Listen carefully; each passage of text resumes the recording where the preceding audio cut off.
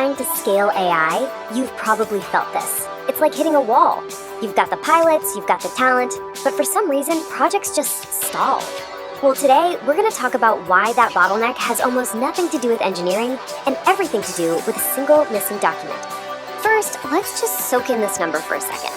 89%. A full 89% of all AI pilots die before they ever make it to production. I mean, think about that. That's nearly 9 out of every 10 projects full of potential, brilliant code, and real business value just fading away. This isn't just a small hiccup. It's a huge problem across the entire industry. So what's going on here? Well, the culprit isn't what you'd probably guess. It's not about buggy code or not having enough PhDs on the team. The single biggest reason these projects fail is that nobody wrote down the rules. It's a governance problem, not a technical one. Okay, so let's unpack that. What does this bottleneck actually look like day to day? It's this cycle of indecision and delay that I bet sounds painfully familiar to a lot of you. It usually goes something like this. A super enthusiastic team says, hey, let's run a pilot. And it works great. But then someone, maybe from management, says, legal needs to take a look at this. So legal comes in and asks a totally fair question. What's our liability if this thing messes up? And because nobody has a clear, pre-approved answer, the project just grinds to a halt. The solution? Well, let's just run another pilot. And you're stuck in this loop, burning cash and time, and never actually shipping anything. And look, the data totally backs this up.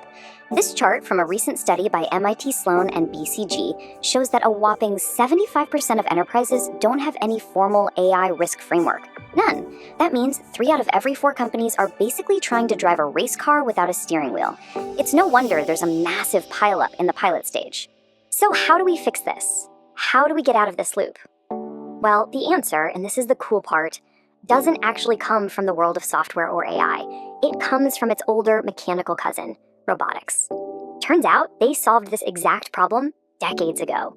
Let me tell you a quick story to make this real. At one company, a massive industrial robot arm came terrifyingly close to just completely crushing an expensive piece of factory equipment.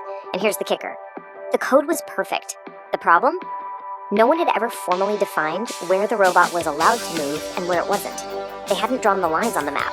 And that near disaster really shows you why clear boundaries are so critical. So here's the brilliant way robotics fixed it. They created super clear safety zones. Zone 1 is for those slow, collaborative robots that can literally work right next to a person. Zone 2 is for faster robots that need a human supervisor watching over them. In Zone 3, that's for the really fast, fully autonomous robots that operate inside a locked cage where humans are not allowed. The rule is just dead simple. If you don't have a defined zone, you don't deploy the robot. End of story. So what does this have to do with AI? Well, we can take this beautifully simple idea and apply it directly to AI governance. We just steal it. And this is what it looks like. We call it the 3-band authority framework. And yeah, just like those robotic safety zones, it classifies every single AI project into one of 3 simple bands. This ridiculously simple framework is the key to finally breaking that bottleneck we talked about. Let's break it down. Band 1 is advisory. This is the safest level you can get. Think of the AI as a co-pilot. It can analyze things, it can draft emails, it can suggest ideas, but a human always makes the final call. Next up, Band 2 is Auto Plus Review. Here, we're giving the AI a little more leash.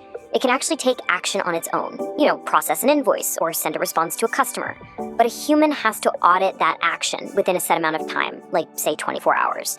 It's basically trust but verify. And finally, we have Band 3, Fully Autonomous. This is our robot in the cage. The AI gets full ownership to make decisions and take actions without any human review. But, and this part is absolutely critical, only under a pre-approved financial or risk limit. For example, it can auto-approve any expense under $50, no questions asked. So what's the rule that ties this all together? It's brutally effective. If a new AI project can't be clearly put into one of these 3 bands, it doesn't get a budget. It doesn't move forward. No band means no deployment. It's simple, it's kind of boring, and you know what? It works. It ships product. So what actually happens when you put this framework into practice? Do you see a little improvement? No. The results are, well, they're pretty transformative. Just look at this. This is a real case study from a manufacturing client. Before this framework, they had 8 AI pilots completely stuck in the mud. I'm talking stalled in legal review for over 14 months. After they adopted the 3-band framework, they launched 23 live AI workflows in just 4 months. Same people, same tech. The only thing that changed was that they now had a clear one-page governance doc. And that really brings us to the most important takeaway here. We tend to think of governance as a brake, right? Something that just slows everything down. But that's not quite right. Vague, fuzzy governance, that's the brake. Clear boundaries, like this 3-band framework, are actually the engine. They give your teams the permission and the clarity they need to move fast and actually build things. Okay, so let's make this practical. This isn't just some theory. It's a tool you can start thinking about in your own organization, like right now. So I'm gonna leave you with this question to take back to your team. What is the dollar amount your organization would be truly comfortable with for a fully autonomous AI decision in Band 3? Is it $50? Is it $500? And maybe even more important, who in your company gets to decide and own that number? Answering that one question, well, that just might be the key.